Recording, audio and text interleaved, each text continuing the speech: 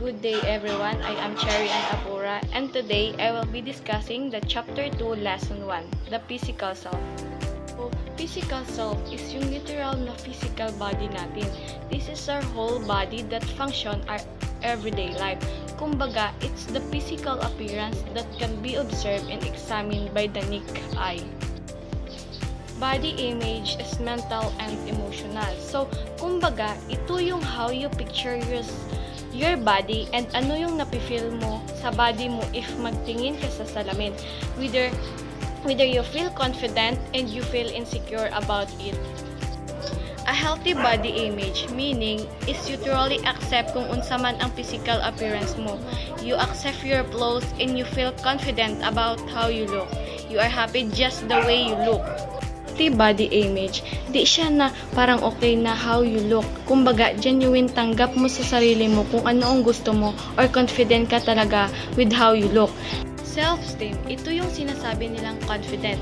You have self-confident. Ito yung kung paano mo i-value ang sarili mo, paano mo i-respect yung sarili mo. Self-esteem is also kung paano mo alagaan ang sarili mo in all aspect. Yung buong pagkatao mo talaga, di lang yung appearance mo and yung body mo. So, these two are connected kasi if mababa ang self-esteem mo or you don't have confidence about yourself, like you don't like your body or may mga part ng body mo na ayaw mo, mahirapan ka talagang i-love ang sarili mo or i-respect yung pagkatao mo. So, dito sa slide is makikita nyo ang body image, self-esteem, and mental health. So, sa body image naman is ito yung accept mo kung ano ka. Alam mo sa sarili mo na your looks don't define you as a person.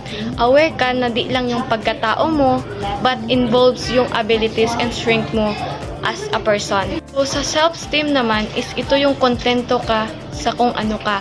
Kumbaga, kung ano yung ikaw, yun siya. And we try to improve for yourself. Nagaset ka ng expectation na alam mong kaya mo and nagarespeto ka sa sarili mo. Mental health. So, ito yung mental well-being mo. This refers kung paano mo alagaan ng sarili mo mentally even though may pinagdadaanan ka. Kaya mo ma-handle ang sarili mo and di mo siya mapabayaan just because you're struggling with something. Good morning, ma'am. My name is Annabelle Joyce C. Mendoza, BSIT 3C. So, my topic for today is all about the impact of culture on body image and self-esteem. Ang topic na ito ay tungkol sa kung paano naaapektuhan ng culture ang body image at self-esteem natin. Ibig sabihin, kung paano tayo tinitingnan ng society, media, at traditions ay may epekto sa tingin natin sa sarili natin. Lalo na ngayon sa social media. Madalas nakabase tayo sa trends, standards, kung ano yung maganda or pangit daw ang isang tao. Our next slide is all about what is body image. I explain ano ibig sabihin nito. Ang body image ay kung paano natin nakikita o nararamdaman yung sarili nating katawan. Hindi lamang ito sa physical but also emotional, thoughts, and feelings. Pwede din maging positive kung confident ka sa sarili mo. Also, pwede din maging negative kung hindi mo gusto yung itsura mo. Halimbawa naman, kung tingin mo masyado ka mataba or payat, nagkukumpara ka sa classmates mo. Example lang, nagkakaroon ka ng negative body image. Nabibuild yung insecurities mo through that because you compare yourself. Dapat hindi ganon. Our next slide is all about what is beauty. Ang concept ng beauty o kagandahan na hindi fix. Iba-iba kasi yan, depende sa kultura at panahon. Society ang nagsiset ng standards kung ano dapat ang itsura para maganda. Pero, may epekto ito sa environmental health natin. Halimbawa, sa Korea, ang uso doon is fair skin. Pero, sa ibang bansa naman, ang gusto nila ay tan skin. Kaya, iba-iba ang tingin ng mga tao. And then, hindi lahat ng universal ay perfect look. So, we proceed to our next slide. Cultural influence on beauty standards. I'll explain. Iba-iba ang beauty standards sa bawat culture. May culture na gusto slim, mayroon naman curvy. At meron din mga standards like sa hair, sa color, sa height, at kung ano-ano pa. Naapektuhan tayo sa traditions kasi lalo na sa social media, kung ano yung nakikita natin is na meron talagang epekto siya. Malaki talaga yung epekto niya para sa atin. Halimbawa dito is dito sa Philippines, di ba? Dati, yung standards natin is kapag maputi ka, beauty na daw yun. Pero habang tumatagal is nagiging open-minded na yung mga tao. Hindi na sila nag-base doon kasi we have different beauty. Kasi unique tayo di ba? Kaya we don't base the people or a person based sa kanyang skin color because we have different beauty. Our next slide is all about pop culture. Malaki talaga ang epekto ng pop culture sa mga kabataan.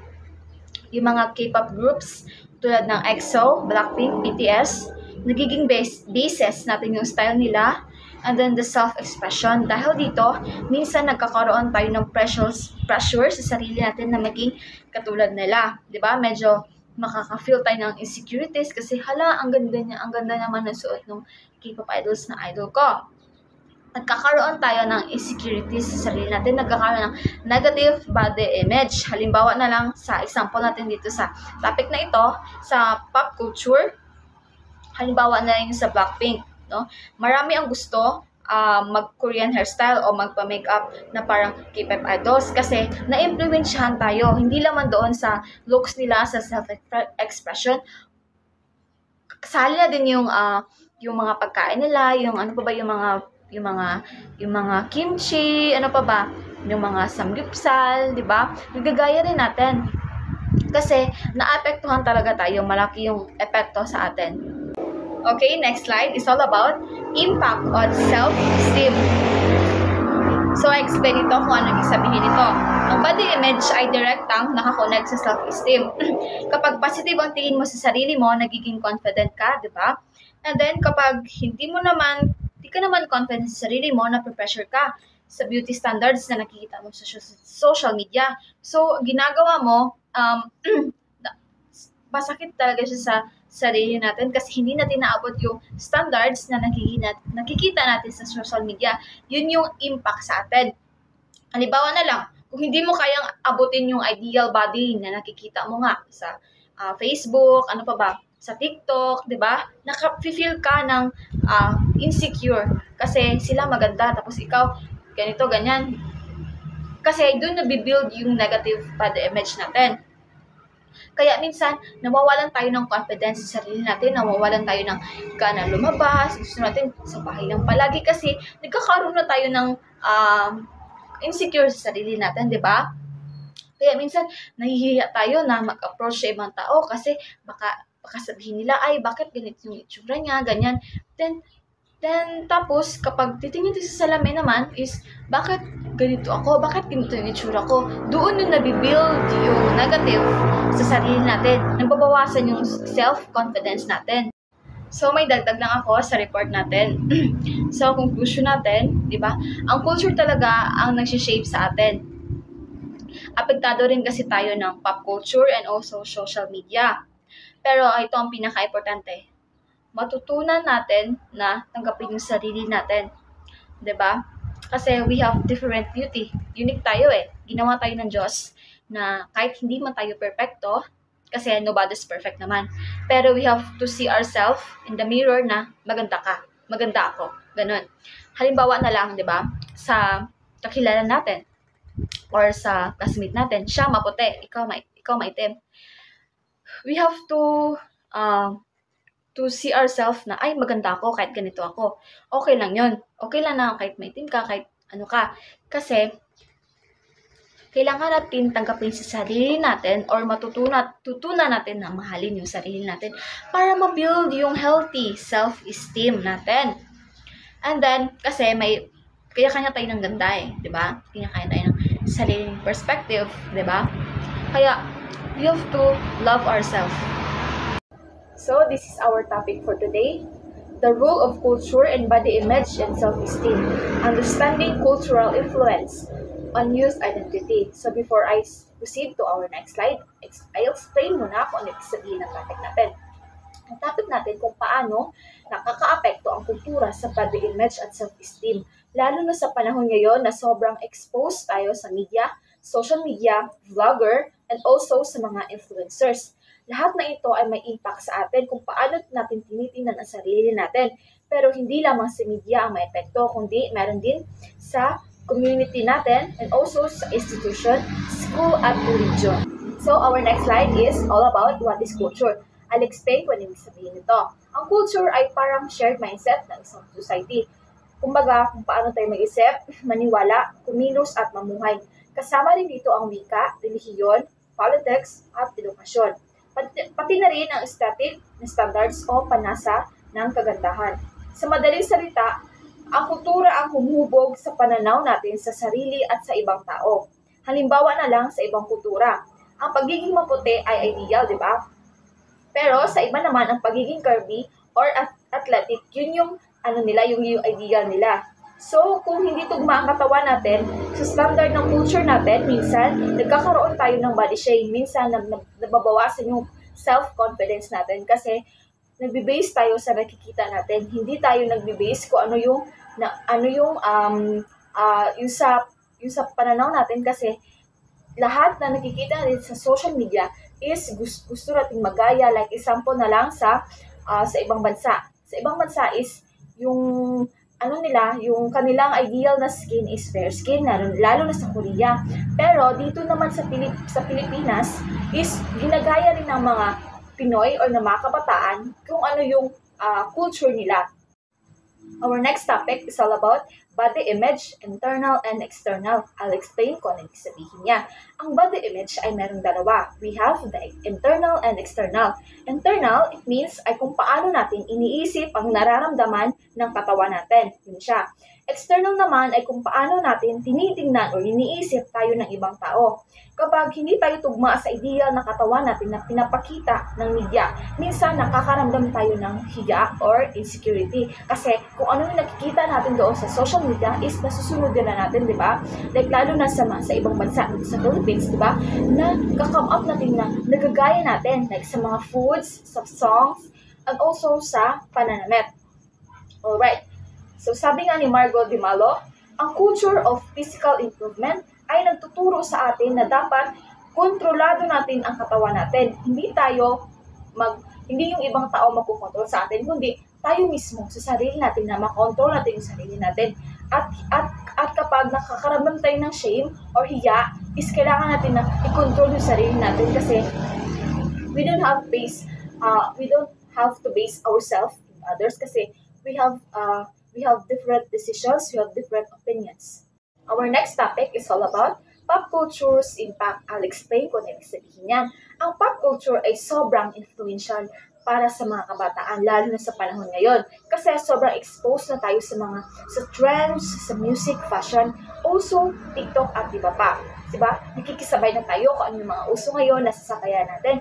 Lalo na sa TikTok, diba? Kung mayroong mga bagong trends na sayaw, is nagagaya rin natin yon.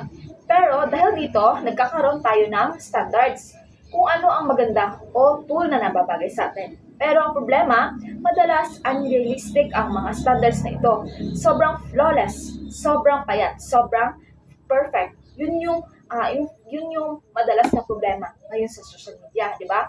Is nakikita natin na sa Facebook, example, di ba? Sa social media niya, mayroon kang friend na sobrang ganda, sobrang maputi, sobrang pero kapag sa personal naman, ay okay, ganito pala yung itsura niya. Parang, ay okay, parang nadala sa filter, parang gano'n, example lang siya. Sa K-pop naman, halimbawa, halos lahat ng idol ay sobrang slim, di ba? Flawless, perfect skin. Kapag nakita ito na mga kabataan naman, nagkukumpara sila sa sarili nila. I admit din that. Kasi, yung parang napi-feel natin na parang nai-insecure tayo kasi hindi natin na kukuha yung standards ko ano yung nakikita natin sa mga K-pop, sa mga K-drama, di ba? Lalo na sa ngayon, sa kabataan ngayon, sobrang malaki yung impact talaga, di ba? Example na lang is kapag nanonood tayo ng K-drama, di ba? Kapag sobrang addict tayo sa K-drama, di ba? Parang naisip natin, ay may aalaga kayo sa akin na ganito, na ganitong lalaki, ganyan. Kasi doon lang tayo nagkukuha ng standards. Kaya minsan yung mga tao is tumataas yung standards nila sa lalaki kasi gusto nila makita or gusto nila ma-feel na tatuin sila ng gano'n ng lalaki. Kasi nagbe-base na sila sa social media. Bumababa yung self-confidence natin kasi nagko-compare tayo sa nakikita natin sa social media. And then, nako-conscious na tayo kung ano yung napabagay sa atin kasi hindi nagtutugma kung ano yung nakikita natin sa social media, di ba? Kaya minsan tumitingin sa salamin, ay okay ba to suot ko? Ay hindi ba ako pagtatawanan nito? Kasi meron ka ng mindset na ay okay dapat ito magaya ko to kasi ay bagay to sa akin. Parang ganun, pero wala namang masama doon. Pero we have to appreciate ourselves na rin and we have to think na hindi tayo dapat mag-base kung ano yung nakikita natin sa social media. Hindi naman mali yun, pero kailangan natin ng appreciated na nagkagay sa sarili natin para we have to control our mind, ourselves also. So we proceed to our next slide. It's all about Filipino teen pop culture. I'll explain kung ano yung sabihin niyan. And then also, I'll give an example. Sa Filipino teen pop culture, madalas pinapakita, lalo na sa social media, yung mga payat, mapuputi, flawless, at fashionable na teens. Dahil dito, maraming kabataan ang nagkukumpara sa sarili nila sa mga unrealistic na standards. Kasi ito yung nakikita natin, so nagagaya rin natin, di ba? Kasi yung mga standard na nakikita natin sa social media, napifeel natin na parang nai-insecure tayo kasi hindi natin yung nagagaya. Okay, kapag hindi nila na-achieve yung ganitong style or yung ganun na standard, tama kasi namin ko kanina, bumababa yung confidence. Kasi hindi nagagaya ng isang kabataan, ng isang teens, kung ano yung nakikita niya sa social media. Halimbawa na lang, sa TikTok, tapos sa Instagram, di ba? Puro slim at flawless influencers yung nakikita nila ng mga teens. dahil doon, may mga kabataan na hindi sila parang nafe-feel nila hindi sila maganda or may kulang. Kasi hindi sila ganun kasi puti or kasi flawless na nakikita nila sa social media. Okay, dito din sa Pilipinas marami din teens and celebrities ang maputi, payat at fashionable. Kapag hindi gano'n ang itsura nila, or hindi gano'n ang itsura ng isang kabataan, ay nai-insecure sila kasi sobrang exposed ng kabataan sa social media. Nafe-feel nila na parang, I'm not pretty enough. Hindi ako self-worth, di ba? Parang nafe-feel nila. Di ba? Kung isang babae ay morena at chubby, di ba? Pero ang nakikita niya sa social media ay puro maputi at slim. Pero parang nafe-feel ng babae na yon, example lang parang nafe-feel ng isang babae na nai-insecure siya kasi hindi nakikita sa sarili niya na payat siya. So, bumababa yung self-confidence ng isang babae. So, kailangan, we have to make ourselves, turuan natin yung sarili natin na we love ourselves, di ba? Tayo ay worth it tayo kasi we have different beauty kasi unique tayo na ginawa ng Diyos. Alright, I proceed to our next topic, our last slide. I'll explain, and then I'll give some encouragement para sa atin. Okay, so ibang factors, di ba? Mayroon tayong mga factors sa family, sa peers also, sa school, at the environment. So, hindi lang ang media may epekto sa atin, pati na rin ang pamilya, kaibigan, school, at religion. Kapag supportive ang environment natin or ang nakapaligid sa atin, tumataas yung self-esteem natin. Pero kapag toxic naman, tulad ng pangungutya or bullying, is bumababa ang confidence ng isang tao. Example na lang, kung sa bahay, di ba? Sinasabihan ka na, tumaba ka na, magpaputi ka, di ba? Parang nafe-feel natin na, syempre, maapepektuhan yung sarili natin na, tumaba ka na. Like, example, bakit ka tumaba? Ganyan. Parang, feel natin, bakit gano'n? Bakit gano'n yung sinasabi ng tao? Diba? Parang naapektuhan yung damdamin natin. Parang medyo nag-hurt tayo kasi, bakit gano'n yung ibang tao, diba? Like, kinukutya ka, binubuli ka, diba? Parang, hindi sila sensitive, diba? Dapat, hindi dapat tinitingnan ng tao yung panlabas na nyo. Tinitingnan dapat ng tao yung sa loob. Dagdag ko pa, paano ba ma-promote ang healthy body sa image? Para ma-promote ang healthy body, kailangan ng edukasyon, awareness, at support. Dapat turuan ang mga kabataan ay appreciate ang uniqueness nila.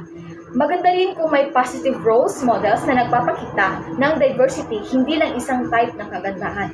So, meron akong tips para to promote or para ma-encourage yung mga kabataan.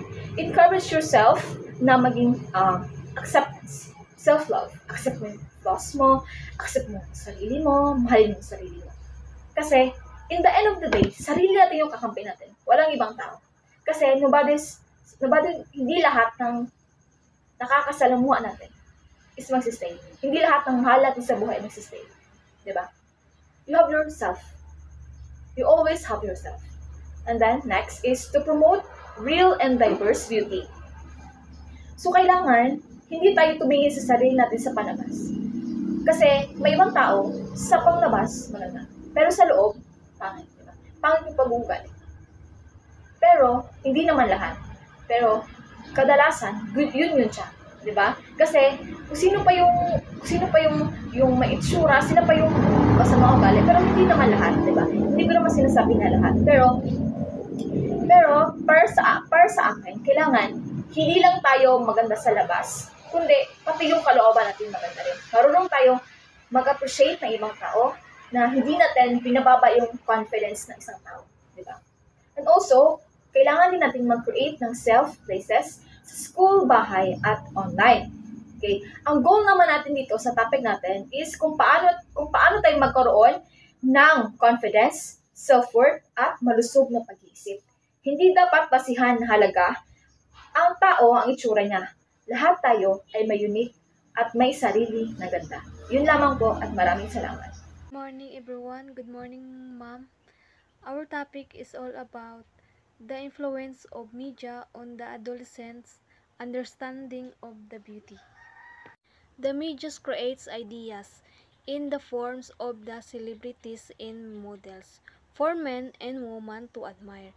This gives us pressure to expectation. Image in the media often makes us worries about our own appearance, defending what body is attractive in which one is not, since being fat as unattractive. Genesis M. Jabalina, 2024, mentioned that a media plays a large role how teenagers view themselves by shaping image of what teenagers to suspend to be or do. Research finding that internet is a most frequency used media with response use if option.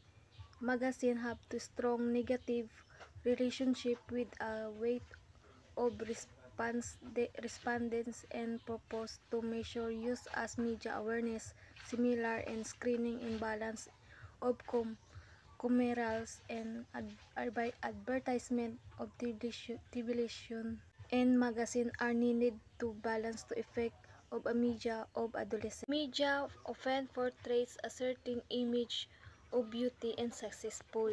Halimbawa, kapag nakita ka ng isang sikat na artista o isang modelo na ibang, di ba kadalasan magkaroon sila ng isang napaka-specificong mukha na kadalasan slim, fit, at instelong lumika ng mga larawan ito upang pamatyag o idea kung paano ka dapat tumingin ang mga tao. We see this image everywhere. There can be a lot of pressure on both men and women to look like these celebrities. This means that people might feel they need to change their appearance and behavior to fit in the accepted. Like hindi good sila makomportable sa ilang itsura. Gusto nila mapaganda pa ang kanilang mga beauty. Impact of the media on the self-esteem of adolescent. So, bala naman natin ni kung ano ni siya sa ato. So, dili na ako magbasa sang definition niya. Magdiretso na ako sa explanation. So, the text mentioned that this image can make us worries about our own looks. For example, if you see a magazine cover with a model who has perfect skin and slim body, you might be start to feel insecure about your own body.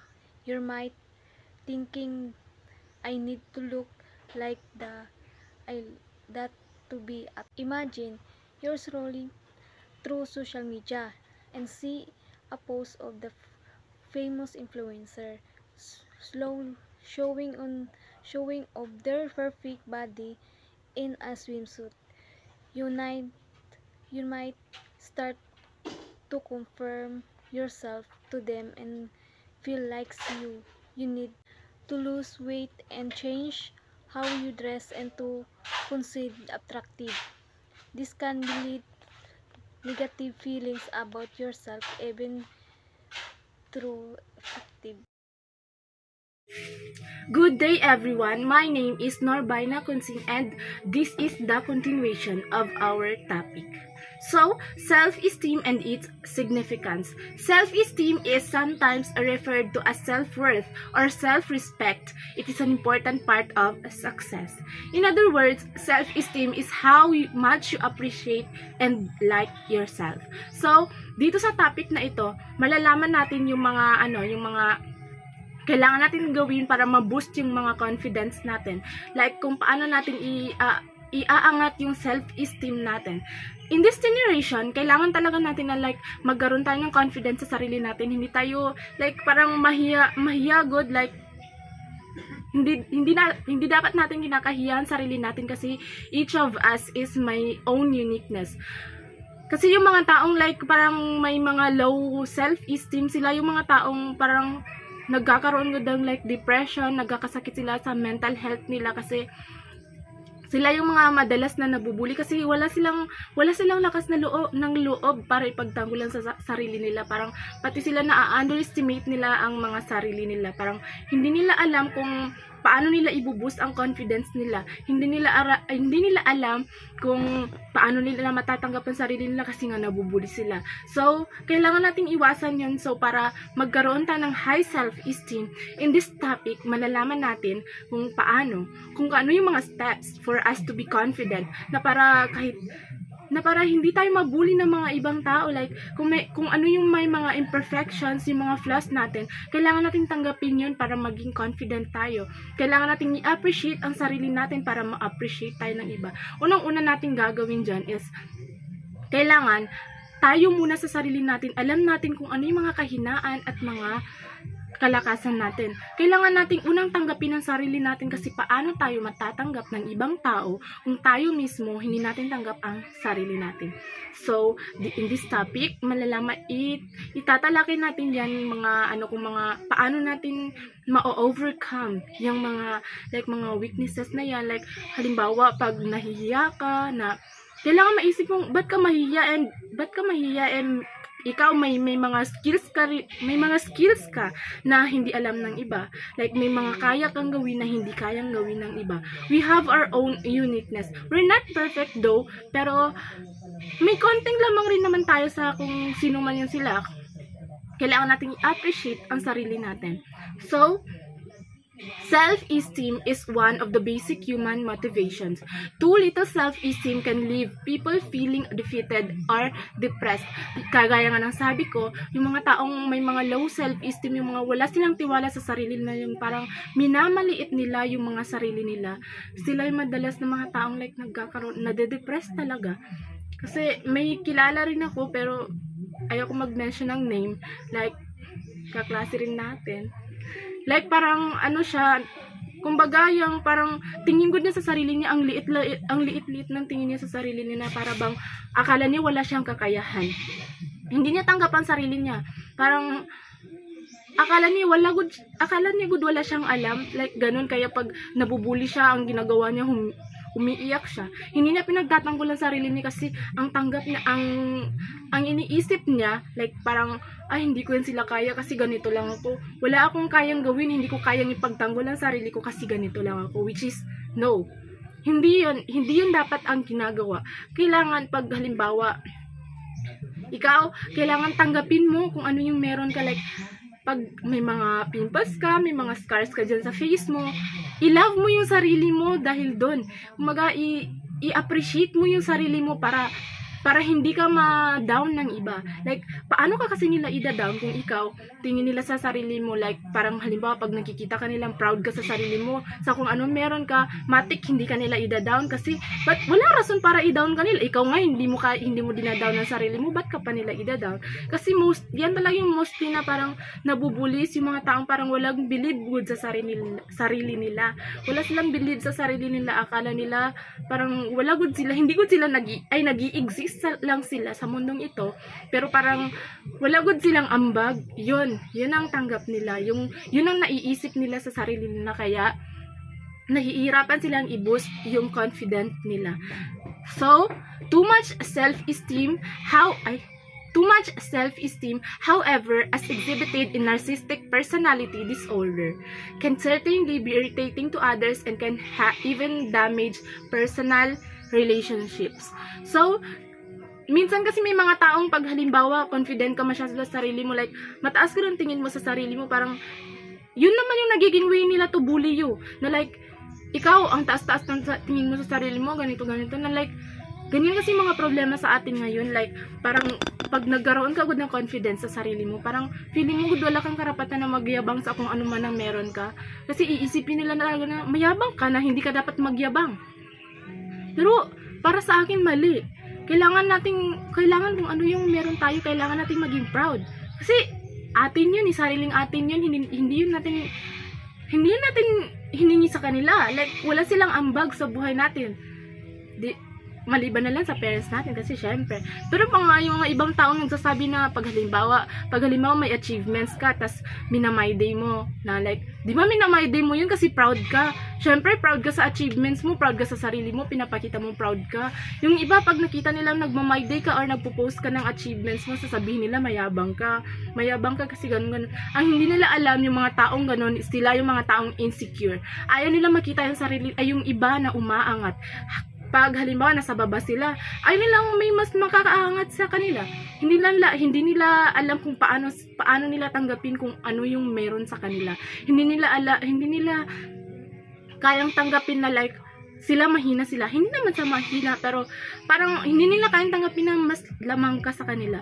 Gagawa pa rin yan sila ng paraan para lang mapababa ka, para mababa ang low self-esteem mo. Para mababa ang self-esteem mo. Para mawalan ka ng confidence. Like, ganun. Kasi may mga tao na kapag halimbawa, proud na yan siya sa sarili niya. Tapos sasabihan siya ng, iyang yabang mo kasi ganito, ganyan. Mawawalan na yan siya ng gana. Hindi niya na yun uulitin. Like, hindi na siya magiging proud ulit sa sarili niya kasi sasabihin niya sa sarili na, ay, sinasabihan nila ako ng mayabang, hindi ko ito dapat gawin. Ganun. So, those who consistently receive overly critical or negative assessments from caregivers, family members, and friends will likely experience problems with low self-esteem. Additionally, your inner thinking, age, any potential illnesses, disabilities, or physical limitations, and your job can affect your self-esteem. So, dito naman sa kung paano tayo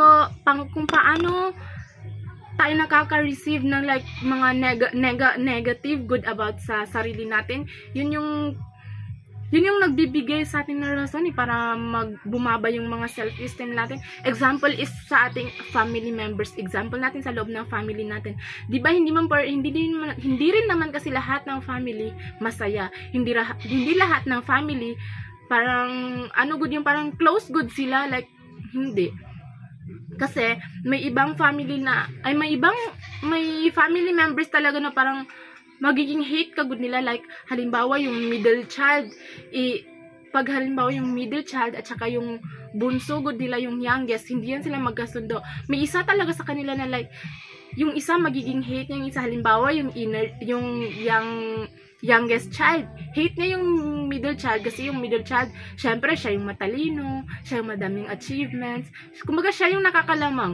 Yung youngest child na parang wala rin siya masyado, parang lang good siya, parang tama-tama lang good kung ano yung mga kakayahan niya.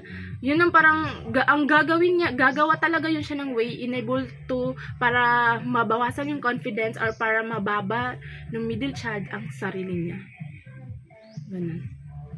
So, let's proceed to develop kung paano natin ma-develop ang sarili natin. Ang self-esteem natin rather.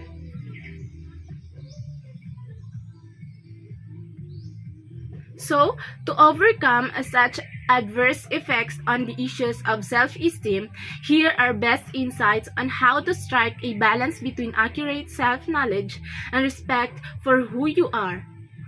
So, para maiwasan natin yung mga negative na issue ng self-esteem, kailangan natin malaman kung ano yung mga kailangan natin maalaman kung ano yung mga strengths and weaknesses natin. Kailangan natin malaman kung paano natin tatanggapin yung mga flaws, yung mga imperfections natin. Kailangan natin malaman kung paano natin mamahalin ang sarili natin. So, you need to develop a positive body image which involves meron tayo ritong tatlo na kailangan natin malaman para magkaroon tayo ng positive body image, good, para mapaangat natin yung sarili natin. So, letter A here is we have understanding that healthy, attractive bodies come in many shapes. Kung kailangan nating malaman na yung mga healthy at saka attractive bodies nagmumula yan sa iba-ibang klase at saka sa size ng ating katawan. Like halimbawa, pag mataba ka, di ba sinasabi nila na pag mataba, healthy yan sila. Tapos pag yung mga payat, sila yung mga malnourished, yung mga hindi healthy, kaya nagiging way yun para mabuli sila. Mostly talaga nabubuli is yung mga payat kasi hindi raw kumakain, wala raw makain, ganun. Pero nabubuli rin yung mga matataba kasi syempre nabubuli sila kasi puro daw sila lamon, ganun. Parang equal good. So, kailangan natin yung maintindihan na hindi porket mataba ka, hindi porket payat ka, hindi ka na perfect, wala ka ng parang wala ka good karapatan na maging perfect or maging proud sa sarili mo kasi ikaw mataba ka. Kailangan tanggapin mo yun. Kailangan i-love mo yung sarili mo for being mataba and i-love mo rin yung sarili mo for being payat. So, B, physical appearance says very little about our character or value as a person. So, yung physical appearance, yung sa pagmumukha natin, maliit lang yung niya sa sarili natin kasi hindi porket parang makinis ka, sasabihin mo na makinis ako, perfect ako, hindi. Kasi lang yun sa sarili mo, kailangan makabawi ka pa rin sa kung paano mo dinadala yung sarili mo. Ang iba kasi, may iba rin kasi na maganda rin naman sila, okay na yung itsura nila, pero parang hindi good sila nagiging proud sa sarili nila kasi iniisip nila na may mga mali pa sa sarili nila, may mga imperfections and flaws pa rin sila. So that's why hindi pa rin sila confident sa kung ano yung meron sila. So kailangan natin malaman na kung ano man yung meron tayo, yun ang dapat nating tanggapin sa sarili natin. Kailangan nating i-claim na kung ano yung nabigay sa atin, kung ano yung andyan sa atin, kailangan nating tanggapin yun. Kasi, hindi yun ibibigay sa'yo kung wala yung rason. May rason. Everything happens for a reason. Kung halimbawa, may pimples ka, may ka dyan. So, syempre, kung wala kang pimples, edi magiging perfect ka. Ganun kaya, diba, sabi nga nila, walang ginawang perfecto ang Panginoon or ang Creator. So, parang may makikita ka talagang small flaws lang dyan sa sarili mo para masabing, para pantay-pantay good lahat. Huwag tayong mag-aim ng perfect good kasi walang ganun. Kahit nga si Marian Rivera, may flaws rin yan. Hindi niya lang nasasabi, hindi lang natin nakikita, pero meron yan. Even the prettiest girl, her, may may insecurities rin yan sa sarili niya. So, C is how we get to this point of acceptance often depends on our individual development and self-acceptance. Ito is yung paano natin matatanggap yung sarili natin. So, to get to that all-important point of balance, there are a few steps we can take. So, meron tayong mga steps rito. Ito yung sinasabi ko kanina na may mga steps tayo kung paano natin mapapataas yung self-esteem natin. Kung paano tayo magiging confident sa sarili natin. So, we have here A is talk back to the media and speak our dissatisfaction with the focus and appearance. So, when we say talk back to the media and speak, feeling, ay ito kasi siya is yung, kung halimbawa like, kung gagamitin natin yung social media, like, parang pag halimbawa like, nabubuli ka sa social media, parang kailangan alam mo kung paano mo sila labanan, kung, yung parang, kailangan alam mo kung paano mo i-depensa ang sarili mo sa kanila, like sa halimbawa sa appearance mo, sa itsura mo, pag halimbawa sasabihan kanila na ang dami mong tagyawat, ang pangit mo kasi ganun, may butas-butas mukha mo. Kailangan alam natin kung paano natin yun sila. Kailangan alam natin kung paano natin yun malalampasan. Kailangan alam natin kung paano natin yun lalabanan. So, letter B. It is emphasized numbers as pounds, kilograms, or inches, feet, and meters on the scale. They don't tell us anything meaningful about the body as a whole of our health. So, this is like, parang may connect siya dun sa, kanina, sa A.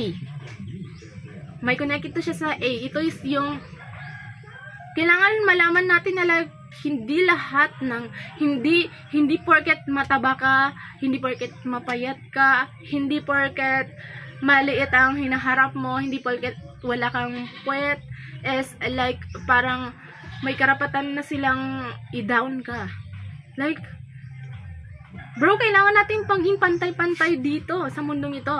Like, hindi rin naman kasi lahat ng, lahat ng matataba, di ba? Sabi ko nga, hindi lahat ng matataba healthy, hindi lahat ng mapapayat is unhealthy. Mostly nga yung mga sakitin is yung mga matataba, hindi ko nilalahat, pero yun talaga.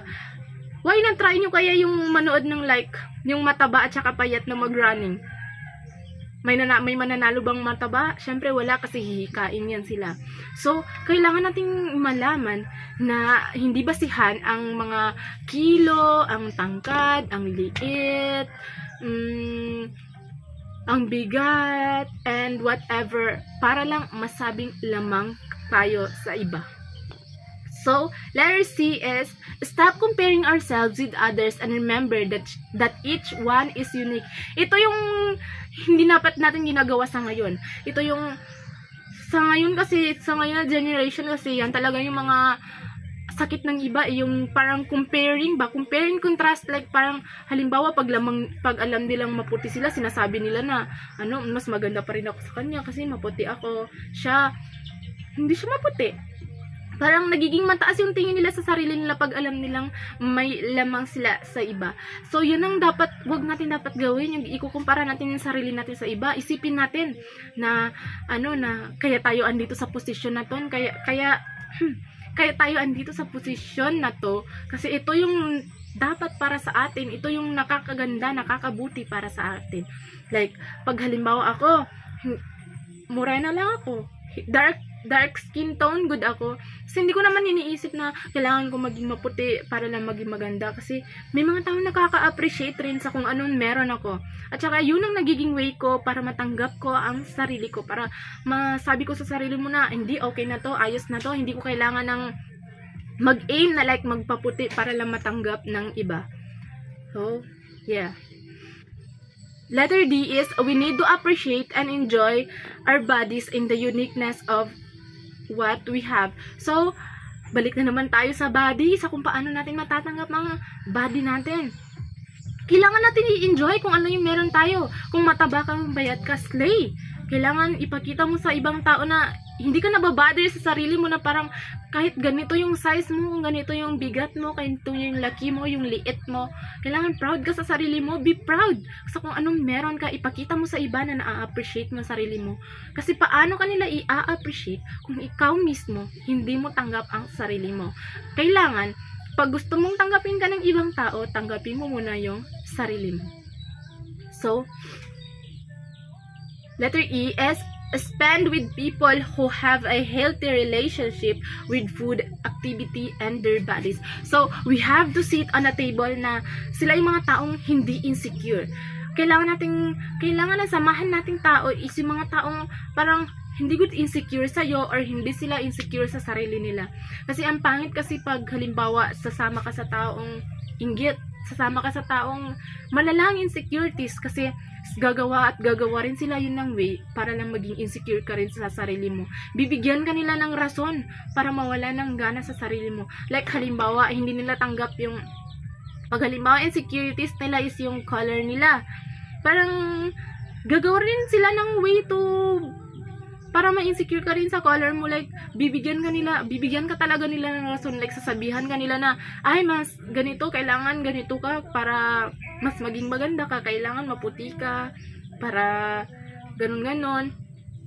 So pag maririnig mo yung kahit sino rin naman sa atin, pag ganun na masasabi sa atin, parang maiisip na lang natin na ay hindi pala bagay sa akin to, like hindi pala okay, hindi pala maganda, parang makaka-ask ka good ng more from yourself. Like, ganun good. So, kailangan talaga nating iwasan yung mga taong ganyan, yung mga taong malala ang insecurities kasi sila yung mga taong nagbibigay rin ng sa atin nagbibigay rin ng reason for us to be unconfident. So, letter F is question the degree to which self-esteem depends on our appearance, because basing our happiness and how we look is likely to lead us to failure and frustration, and may therefore prevent us from finding true happiness. So, kailangan natin maging masaya kailangan nating maging masaya sa kung ano ang meron sa atin. Yun talagang pinaka-importante. Kailangan nating maging happy for ourselves. Para kung gusto mong maging happy ang ibang tao sa'yo, kailangan maging happy ka rin sa kung ano yung meron ka. Kasi kailangan mo maging happy para sa sarili mo. Kasi yan talagang importante, kasi ngayon kailangan mapakita mo sa tao na tanggap mo yung sarili mo. Kailangan mapakita mo sa kanila na like kung ano yung meron ka, tanggap mo.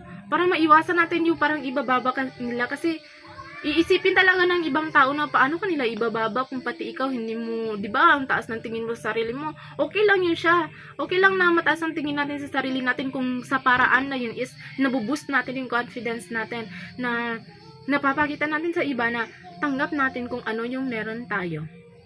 So, kailangan talaga nating kailangan talaga na maging masaya tayo sa sarili natin. Yan ang lagi nating pakakatandaan, na kailangan talaga nating maging masaya para sa sarili natin. So, this is the last letter G. Broaden our perspective about health and beauty by reading. May